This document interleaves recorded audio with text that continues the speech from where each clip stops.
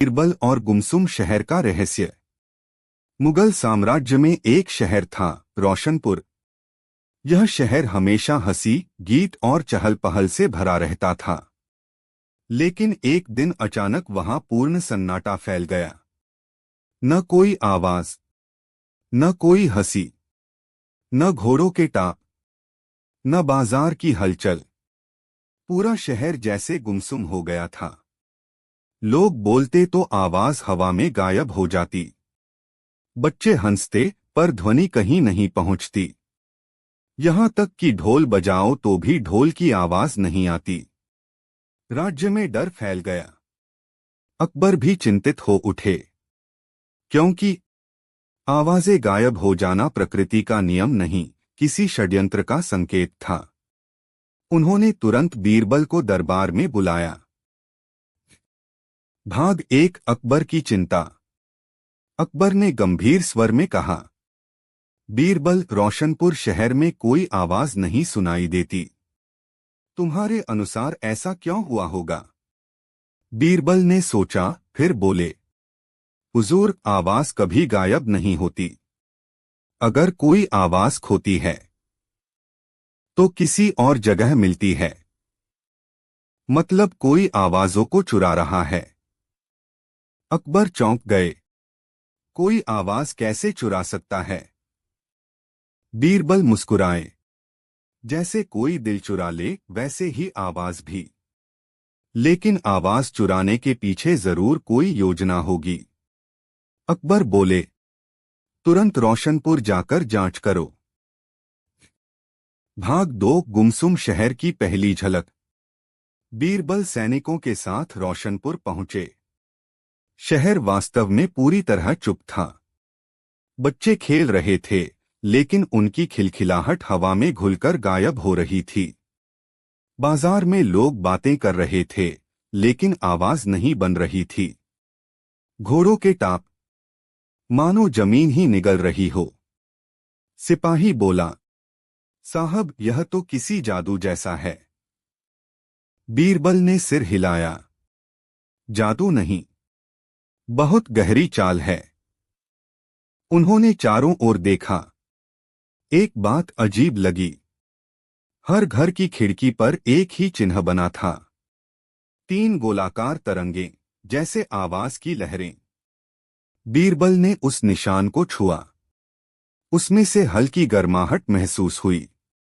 यह किसी जादुई उपकरण का चिन्ह है, वे बोले।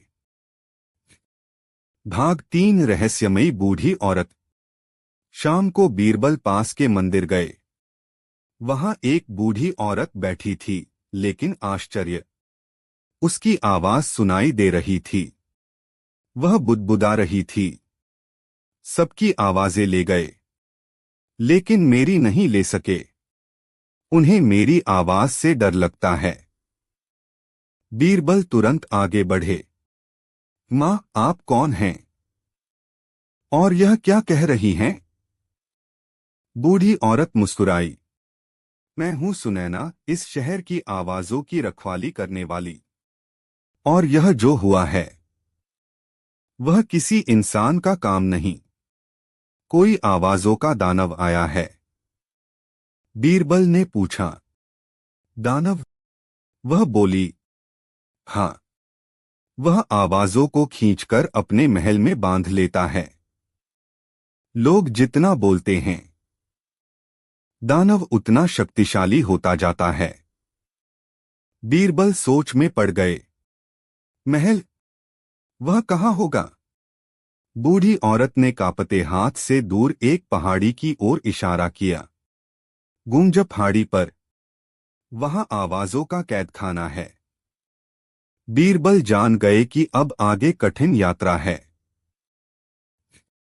भाग 4, गूंज पहाड़ी का रास्ता।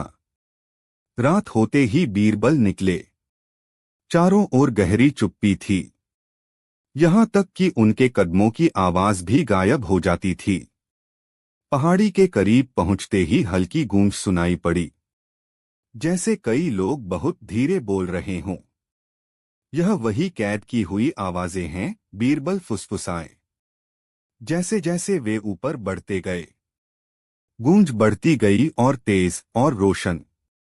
आखिर वे पहाड़ी की चोटी पर पहुंचे। वहां एक भव्य महल था, काले पत्थरों से बना, आकाश में धमकता हुआ, और उसके चारों ओर आवाजों की तरंगे घूम रही थीं। महल के दरवाजे पर लिखा था, यहां आवाजें सोती हैं। भाग 5 आवाजों का दानव। बीरबल अंदर घुसे। वहां एक विशाल सिंहासन था, और उस पर एक ऊंचा, लंबा, अजीब आकृति वाला प्राणी बैठा था।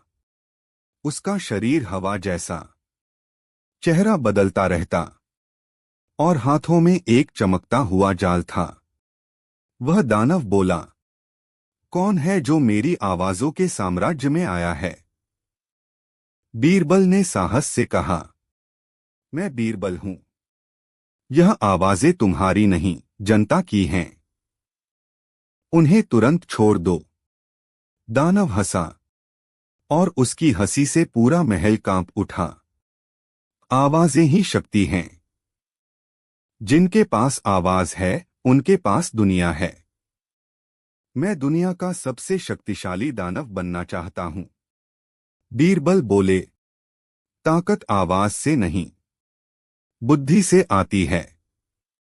दानव गुर्राया, अगर तुम इतने बुद्धिमान हो, तो एक पहेली का उत्तर दो। भाग 6 पहेली की चुनौती। दानव बोला, वह क्या है जो सबके पास है, पर कोई उसे सुन नहीं सकता? बीरबल मुस्कुराए, ख्याल, सोच। हर व्यक्ति सोचता है, पर दूसरा उसकी आवाज नहीं सुन सकता। दानव तड़प कर बोला, सही, लेकिन अभी एक और पहेली। पहेली 2। वह कौन सी आवाज है जो पैदा होने से पहले भी होती है, और मरने के बाद भी नहीं मिटती? बीरबल बोले, नाम। नाम की आवाज मरने के बाद भी लोगों के मन में गूंजती रहती है। दानव अब फ्यूरियस हो गया। अभी आखिरी पहेली। पहेली 3 सबसे कठिन। वह क्या है जिसकी आवाज नहीं होती, फिर भी वह दुनिया की सबसे बड़ी चीख बन सकती है? बीरबल ने एक क्षण सोचा, और फिर आत्मविश्वास से कहा, अन्याय। अदृश्य होते हुए भी उसकी चीख हर दिल को हिला देती है। दानव का चेहरा ढहने लगा। वह चिल्लाया, नहीं, तुमने तीनों पहेलियों का हल कर दिया। अब मुझे आवाजें छोड़नी पड़ेंगी। आकाश में तेज प्रकाश फैला। हजारों आवाजें जाल से निकलकर हवा में उड़ने लगीं, और शहर की ओर लौटने लगीं। भाग 7 आवाजों की वापसी। सुबह होते ही रोशनपुर में हलचल शुरू हो गई। पहली बार किसी बच्चे की हंसी सुनाई दी। पहली बार कोई व्यापारी बोला, और उसकी आवाज हवा में गूंजी। पहली बार मंदिर की घंटी बजी, और उसकी ध्वनि पूरे शहर में फैल गई। लोग नाच उठे। हमारी आवाजें वापस आ गईं। अकबर दरबार में खुशी से बोले, बीरबल, तुमने एक शहर नहीं, लाखों दिलों की धड़कन वापस दिलाई है। बीरबल ने मुस्कुराकर कहा, हुजूर, आवाजें कभी नहीं मरती, बस कभी कभी सही कानों तक पहुंचने में समय लगता है। उपसंहार, आवाजों का सबक। लोग कई पीढ़ियों तक यह कहानी सुनाते रहे कि कैसे एक दानव आवाजों को चुराना चाहता था, और कैसे बीरबल ने बुद्धि से उसे पराजित किया। कहते हैं, जब भी किसी का मन गुमसुम हो जाए, या आवाज रुक जाए, तो बस एक बात याद रखनी चाहिए, जहां बुद्धि है वहां आवाज है, और जहां आवाज है वहां जीवन है। अकबर, बीरबल और गूंजते सन्नाटे का रहस्य। फतेहपुर सीकरी के आसपास कई अजीब जगहें थीं, लेकिन उनमें से सबसे विचित्र थी सन्नाटे की घाटी। कहा जाता था कि घाटी में प्रवेश करते ही हर आवाज गायब हो जाती है। हवा चलती है लेकिन सुनाई नहीं देती। पेड़ हिलते हैं पर उनके पत्तों की सरसराहट खो जाती है। घोड़े के कदमों की धुन भी धरती में समा जाती है। लेकिन अचानक एक दिन खबर आई। अब घाटी में डरावनी गूंज सुनाई देने लगी है। वह गूंज ऐसी थी जैसे कोई अदृश्य दैत्य दर्द से कराह रहा हो। लोग डर गए। कोई घाटी के पास नहीं जाता था। व्यापार रुक गया, रास्ते सूने पड़ गए। अकबर को यह बात परेशान कर रही थी। उन्होंने तुरंत आदेश दिया, बीरबल को बुलाओ। केवल वही इस रहस्य को समझ सकता है। भाग 1 अकबर की दुविधा। दरबार सजा था लेकिन माहौल गंभीर था। सभी मंत्री, सैनिक और विद्वान उपस्थित थे। अकबर ने कहा, बीरबल, सन्नाटे की घाटी में जो अजीब गूंज आ रही है उससे जनता भयभीत है। क्या यह कोई दैत्य है या कोई प्राकृतिक घटना? बीरबल शांत थे। जहां आवाज हो और स्रोत न हो वहां रहस्य अवश्य होता है हुजूर। मैं आज ही घाटी का निरीक्षण करूंगा। अकबर बोले, लेकिन सावधान रहना। कई लोग कहते हैं कि घाटी में प्रवेश करने वाले लौटकर नहीं आते। बीरबल मुस्कुराए, सन्नाटा कभी किसी को नहीं खाता, बात डर की होती है। और डर पर बुद्धि हमेशा भारी पड़ती है। भाग 2 घाटी की पहली झलक। अगली सुबह बीरबल अपने सिपाहियों के साथ घाटी की ओर रवाना हुए। जैसे ही वे घाटी के करीब पहुंचे, हवा बिल्कुल शांत हो गई। पक्षियों ने बोलना बंद कर दिया। सिपाही कदम रखते तो आवाज नहीं होती। एक सिपाही घबराकर बोला, साहब, मुझे अपने दिल की धड़कन भी नहीं सुनाई दे रही। बीरबल ने उसे शांत किया। घबराओ मत, यह घाटी की प्रकृति है, इसका कोई जादू नहीं। लेकिन तभी घाटी के भीतर से एक भयानक गूंज उठी। आग! सिपाही डरकर पीछे हट गए। बीरबल ने ध्यान से सुना। गूंज कुछ सेकंड रही, फिर शांत हो गई। उन्होंने कहा, यह आवाज प्राकृतिक नहीं है और यह किसी दैत्य की नहीं, बल्कि किसी मनुष्य की बनाई हुई लगती है। भाग 3 रात का रहस्य।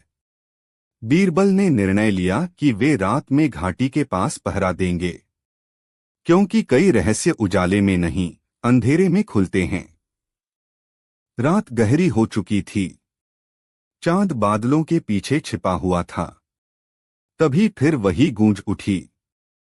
आग! आह! इस बार बीरबल ने आवाज की दिशा पहचान ली। उन्होंने सिपाहियों से कहा, हम आवाज का पीछा करेंगे लेकिन बिना शोर किए। घाटी में आवाज वैसे भी नहीं रहती, इसलिए हमारी चाल का पता नहीं चलेगा। वे धीरे धीरे आवाज की ओर बढ़ने लगे। कुछ देर बाद उन्हें एक टूटी हुई पुरानी सुरंग मिली। गूंज उसी के भीतर से आ रही थी। भाग 4 सुरंग का रहस्य। बीरबल अकेले अंदर घुस गए। सुरंग अंधेरी, ठंडी और बहुत पुरानी थी। दीवारों पर अजीब सी नक्काशी थी जो किसी पुराने राजवंश की लगती थी। जितना आगे जाते गूंज उतनी तेज होती जाती। अचानक सुरंग के एक मोड़ पर बीरबल रुक गए। उन्होंने देखा, एक दुबला-पतला आदमी पूरी तरह काला लबादा पहने, हाथ में एक बहुत बड़ा सीप जैसा वाद्य पकड़े हुए था। सीप से निकलती आवाज ही गूंज बनकर घाटी में फैल रही थी। बीरबल आगे बढ़े, तो यह तुम्हारा खेल है? वह आदमी चौंक कर मुड़ा। तुम कौन हो? यहां कैसे पहुंचे? बीरबल शांत स्वर में बोले, मैं बीरबल हूं। और तुम कौन हो जो जनता को डराकर घाटी को भूथा बना रहे हो? वह आदमी हंसा। मैं हूं गूंजवादक। यह घाटी खाली है, इसलिए मेरी आवाज यहां से 10 गुना बढ़कर वापस जाती है। लोग डरते हैं, और जब लोग डरते हैं तो अवसर खुलते हैं। बीरबल बोले, क्या अवसर? गूंजवादक बोला, मैं इस घाटी को अपना बनाना चाहता हूं। यह रास्ता व्यापार के लिए महत्वपूर्ण है। अगर लोग इसे छोड़ देंगे तो मैं यहां अपना अड्डा बनाकर चोरी और वसूली करूंगा। बीरबल ने सिर हिलाया। बुद्धि गलत दिशा में लगाई तो विनाश ही मिलेगा। गूंजवादक गुर्राया, तुम मुझे रोक नहीं सकते। भाग 5 बुद्धि की लड़ाई। गूंजवादक ने फिर सीप बजाया। घाटी गूंज से भर उठी। सिपाही बाहर डर गए। लेकिन बीरबल ने हाथ उठाकर कहा, रुको। अगर तुम सच में आवाजों के उस्ताद हो तो मेरी एक चुनौती स्वीकार करो। गूंजवादक ठहर गया। चुनौती? बीरबल बोले, अगर तुम इस घाटी में बिना किसी वाद्य के ऐसी गूंज पैदा कर दो जो लौटकर 3 बार आए, तो मैं मान लूंगा कि तुम श्रेष्ठ हो, और मैं बादशाह से कहूंगा कि घाटी तुम्हें दे दी जाए। गूंजवादक की आंखों में लालच चमक उठा। और अगर मैं हार गया तो तुम अपनी सारी चालबाजी छोड़कर दरबार में न्याय के लिए चलोगे। वह हंसा। सिर्फ इतना ही? बहुत आसान है। भाग 6 गूंज का रहस्य उजागर। गूंजवादक घाटी के बीच खड़ा होकर चिल्लाया, धा! आवाज उठी, लेकिन वह सिर्फ एक बार लौटकर आई। दूसरी बार और तीसरी बार गूंज नहीं बनी। वह हैरान हो गया। यह कैसे? यहां तो आवाज 10 गुना लौटती है। बीरबल बोले, गूंज तब बनती है जब सामने की दीवार आवाज को वापस फेंके। लेकिन घाटी की यह दिशा तिरछी है। यहां आवाज सीधे ऊपर जाती है, नीचे नहीं लौटती। तुमने हमेशा सीप बजाया क्योंकि उसकी ध्वनि अलग कोण से निकलती है। गूंजवादक का चेहरा फीका पड़ गया।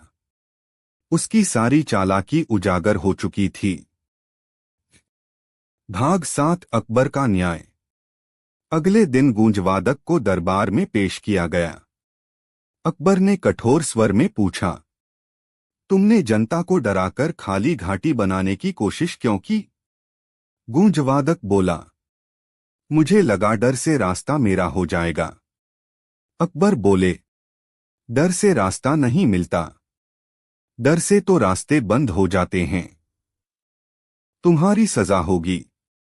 आगामी 3 वर्षों तक तुम राज्य के लिए संगीत सिखाओगे, ताकि डर फैलाने की जगह तुम शांति फैला सको। गूंजवादक झुककर बोला, मैं अपनी गलती स्वीकार करता हूं। भाग 8 घाटी की नई पहचान। कुछ दिनों बाद सन्नाटे की घाटी अब पर्यटन स्थल बन गई। लोग दूर दूर से आते और चिल्लाकर अपनी आवाज की हल्की गूंज सुनने का आनंद लेते। गूंजवादक अब संगीत गुरु बनकर बच्चों को सुरों का ज्ञान देता था। अकबर ने बीरबल से कहा, तुम्हारी बुद्धि ने फिर एक बार एक डर को दूर करके उसे अवसर में बदल दिया। बीरबल मुस्कुराए, हुजूर, सन्नाटा कभी खतरनाक नहीं होता। खतरनाक होता है वह डर जो हम सन्नाटे में महसूस करते हैं। अकबर ने कहा, और बुद्धिमान वही है जो डर की गूंज को शांत करना जानता है। उपसंहार। लोग आज भी कहते हैं, जहां सन्नाटा डर बन जाए वहां बीरबल की बुद्धि की गूंज सबसे जोर से सुनाई देती है। अकबर और बीरबल जादुई पेड़ की सच्चाई। एक बार अकबर के दरबार में एक साधु आया। उसने कहा, जहां पनाह, मैंने एक जादुई पेड़ के बारे में सुना है। वह पेड़ हर इच्छा पूरी कर सकता है, लेकिन केवल वही लोग उसे देख सकते हैं जो पूरी तरह से सच्चे और ईमानदार हैं।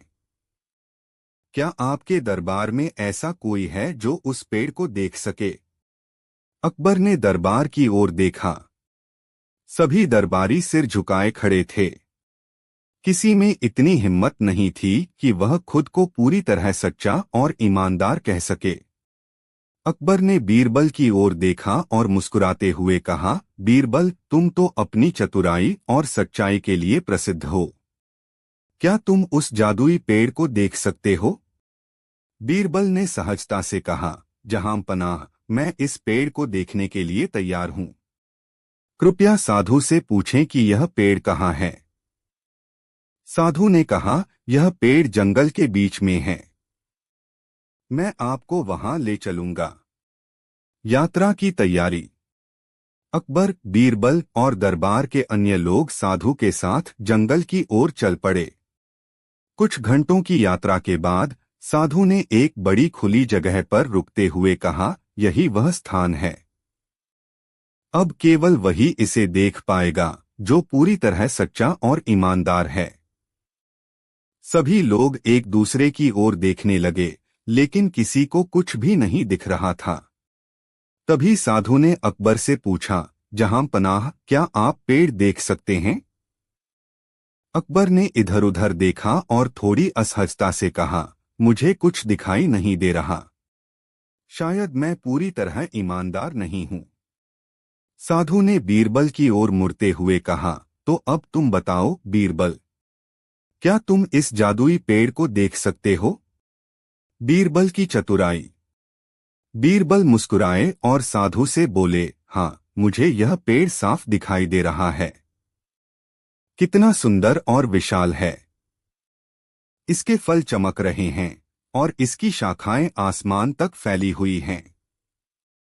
साधु चौंक गया और बोला, तुम्हें सच में यह पेड़ दिखाई दे रहा है? बीरबल ने जवाब दिया, हाँ, और मैं यह भी देख सकता हूं कि इस पेड़ के नीचे एक साधु बैठा है जो लोगों को बेवकूफ बनाकर उनकी सच्चाई और ईमानदारी पर शक करवा रहा है। साधु का चेहरा पीला पड़ गया। वह समझ गया कि बीरबल उसकी चालाकी को पहचान चुके हैं। उसने तुरंत कबूल किया कि ऐसा कोई जादुई पेड़ नहीं है। यह सब उसने दरबारियों को झूठा साबित करने के लिए किया था। अकबर की प्रशंसा। अकबर ने हंसते हुए कहा, बीरबल, तुमने एक बार फिर साबित कर दिया कि सच्चाई और बुद्धिमानी का मेल ही सबसे बड़ी ताकत है। शिक्षा।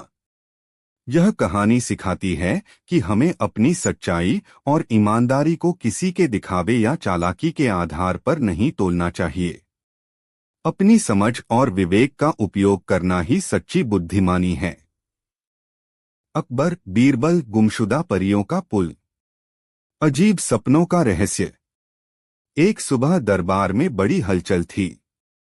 कई सैनिक और नगर के लोग घबराए हुए आए और बोले, जहां पनाह, पिछले 3 दिनों से हम सभी एक जैसा अजीब सपना देख रहे हैं। अकबर ने आश्चर्य से पूछा, कैसा सपना? एक वृद्ध बोला, हम एक चमकदार पुल देखते हैं जो बादलों के ऊपर बना है। उस पुल पर परियां रोती हुई दिखाई देती हैं और कोई आवाज कहती है, हमें बचाओ, हमारा पुल टूट रहा है। और फिर सपने में तेज प्रकाश होता है और सब गायब। अकबर ने अपनी दाढ़ी सहलाई। अजीब बात है, एक ही सपना इतने लोगों को? बीरबल गंभीरता से बोला, जहां पनाह, यह सिर्फ सपना नहीं हो सकता। किसी न किसी जगह असली संकट छिपा है। अकबर बोले, तो चलो इसकी तहकीकात शुरू करते हैं। भाग 2, बादलों की दिशा में यात्रा। बीरबल ने सुझाव दिया कि जिस रात अगला सपना आए, सब लोग अपनी दिशा बताएं, सपना किस ओर से शुरू होता है।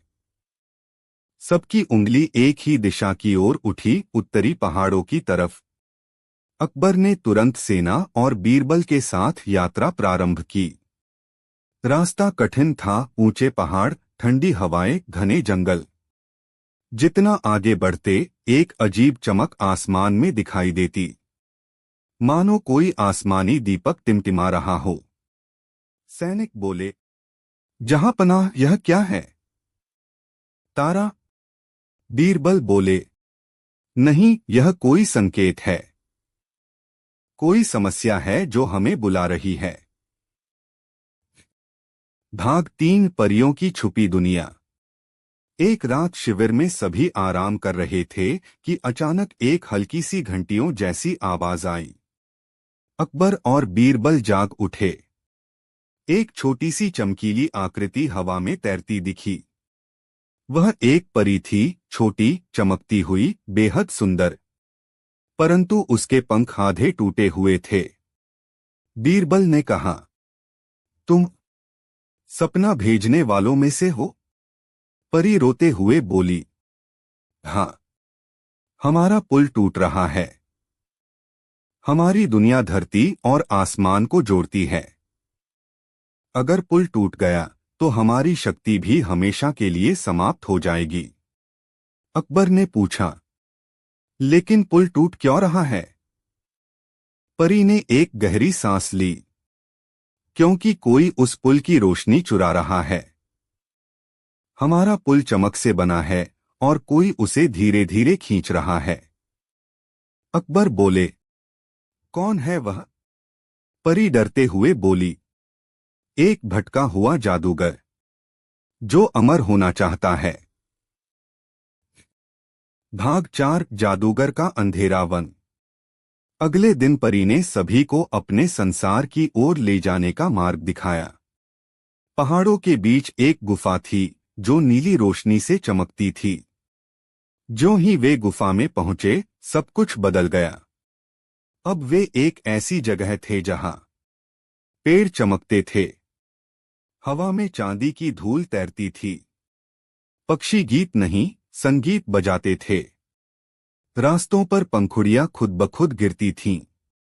यह परियों की दुनिया थी, लेकिन दूर से एक काला धुआं उठ रहा था।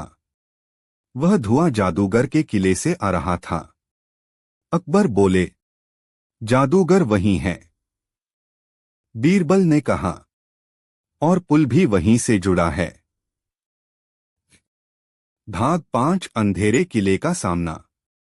किले में प्रवेश करते ही सबने देखा, जादूगर एक बड़े क्रिस्टल में रोशनी कैद कर रहा था।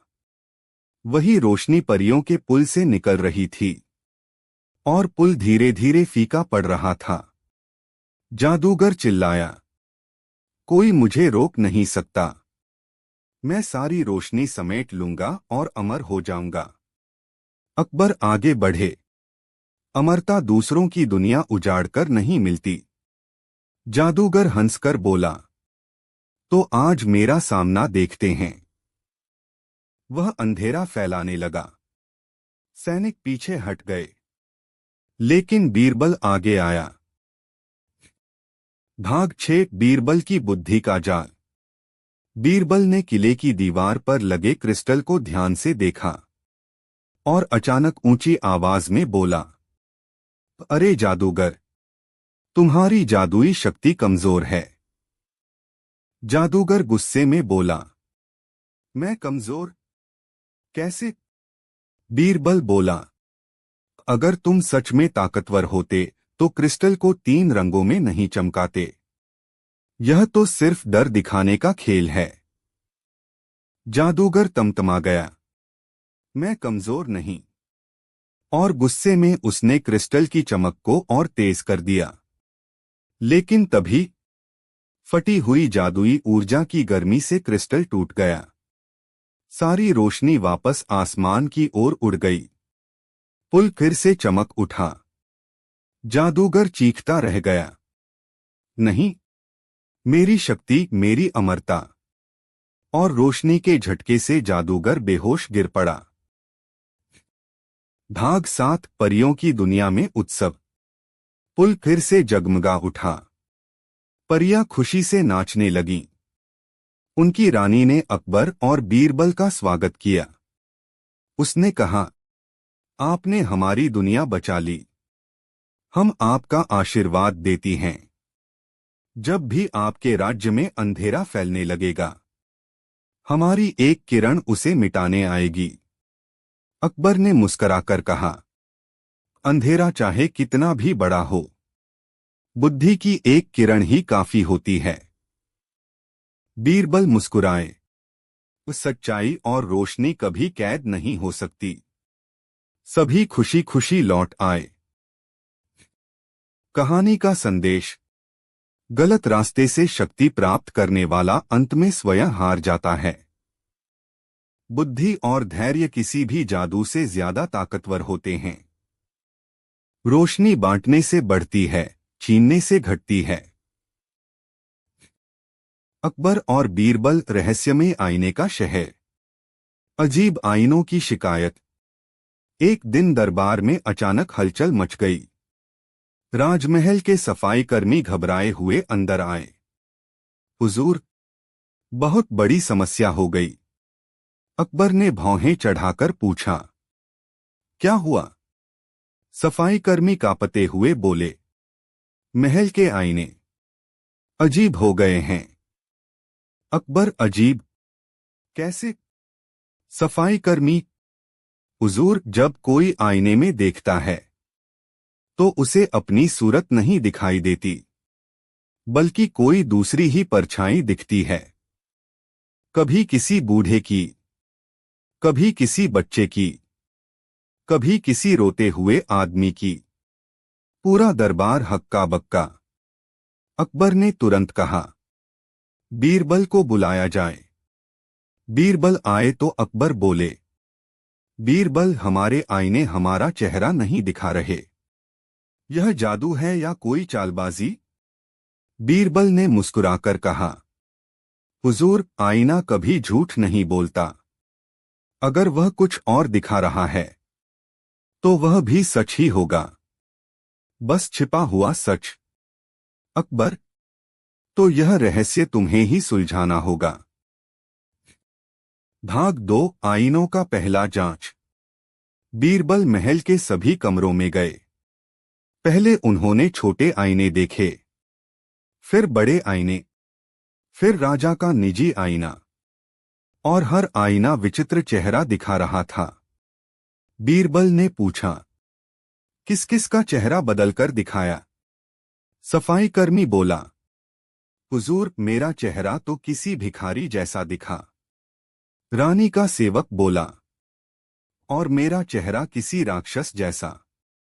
राजमहल का एक सैनिक बोला, मुझे तो आईने में ऐसा लगा कि मैं बूढ़ा हो चुका हूं। बीरबल ने आईनों पर हाथ फेरा। उन पर हल्की सी चांदी की परत थी, जो थोड़ी कंपन कर रही थी। बीरबल ने धीरे से कहा, ये कोई साधारण आईने नहीं। इनमें कोई शक्ति छिपी है, या किसी ने इन आईनों के साथ छेड़छाड़ की है। भाग 3, आईना जो बोल उठा। रात में बीरबल अकेले महल में जांच कर रहे थे। जब उन्होंने राजा के खास आईने पर हाथ रखा तो अचानक आईने में लहर सी उठी, और फिर आईना बोल पड़ा, बीरबल, मुझे बचाओ। बीरबल चौंक गए। तुम कौन हो? आईना बोला, मैं एक समय में सामान्य आईना था, लेकिन अब किसी ने मेरे अस्तित्व को बांट दिया है। एक हिस्सा यही है, और बाकी हिस्सा किसी रहस्यमय शहर में कैद है। बीरबल, कौन सा शहर?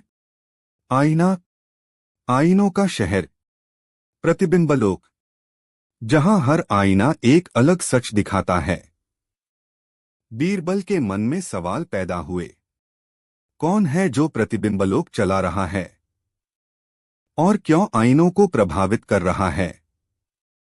आईना बोला, अगर तुमने मुझे और मेरे जैसे आईनों को नहीं बचाया तो महल और धीरे धीरे पूरा राज्य दूसरे रूप में दिखने लगेगा। बीरबल समझ गए, यह मामला गंभीर है।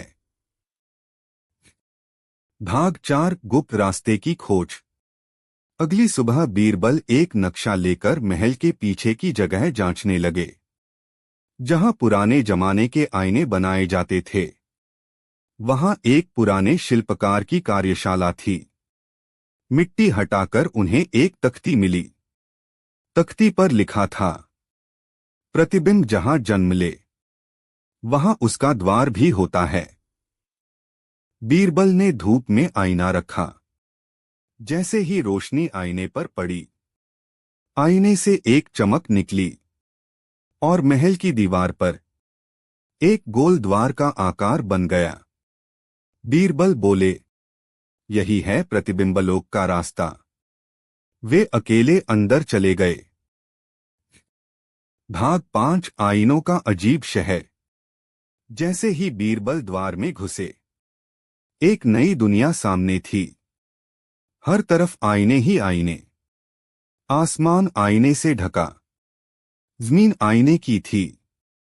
पत्थर, पेड़, नदियां सब प्रतिबिंबों से बनी हुई। लेकिन सबसे अजीब बात, जब बीरबल ने आईनों में देखा तो हर आईना अलग रूप दिखा रहा था। एक आईने में बीरबल बूढ़े दिख रहे थे, दूसरे में बच्चे, तीसरे में बेहद दुखी, चौथे में हंसते हुए। बीरबल धीरे से बोले, ये सब मेरे अलग अलग रूप हैं। तभी एक गहरी आवाज आई, स्वागत है प्रतिबिंबलोक में। बीरबल। एक लंबा शख्स प्रकट हुआ। उसके पास चांदी का मुकुट था और वह खुद भी प्रतिबिंब जैसा था। वह बोला, मैं हूं प्रतिबिंबराज, आईनों का मालिक। भाग 6 प्रतिबिंबराज की चुनौती।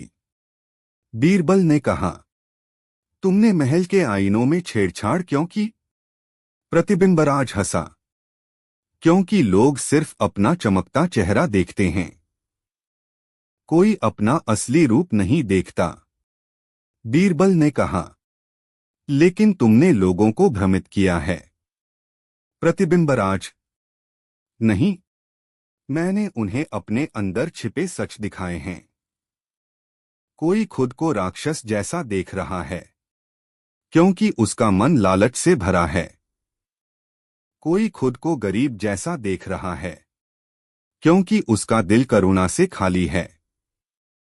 लोग अपने असली रूप से बचते हैं।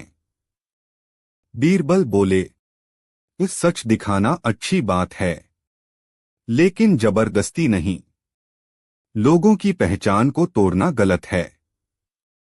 प्रतिबिंबराज ने कहा, अगर तुम सच को इतना समझते हो तो मैं तुम्हें 3 परीक्षण देता हूं।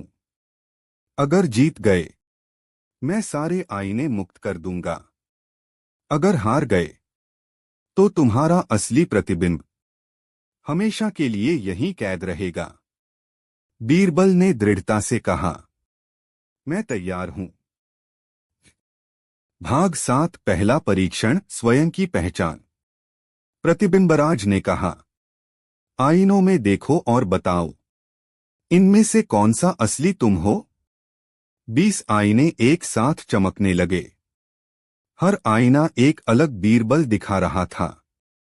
लेकिन बीरबल मुस्कुराए, इनमें से कोई भी मैं नहीं हूं।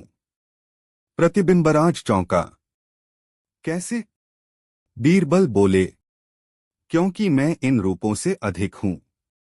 मैं वह हूं जो इन सबको देख रहा है। इनके पीछे जो मन है, वही मेरा असली रूप है। पहला परीक्षण पूरा हुआ। दूसरा परीक्षण, सच का भार। प्रतिबिंबराज ने कहा, यह पत्थर उठाओ। जो सच को जानता है वही उठा सकेगा। सैनिक न उठा सके होते। लेकिन बीरबल ने पत्थर पर हाथ रखकर कहा, इस सच हल्का होता है जब उसे स्वीकार किया जाए, भारी तब होता है जब उसे छिपाया जाए। पत्थर हल्का हो गया। बीरबल ने उठा लिया। दूसरा परीक्षण भी सफल। तीसरा परीक्षण, दिल का प्रतिबिंब। अब सबसे कठिन परीक्षा। प्रतिबिंबराज बोला, इस अंतिम आईने में देखो। यह तुम्हारा दिल दिखाएगा। अगर तुम उसे पहचान लोगे तो तुम जीत जाओगे। बीरबल ने आईने में देखा और उन्हें एक रोशनी भरा चेहरा दिखा। शांति, करुणा, बुद्धि और विनम्रता से भरा। बीरबल ने कहा,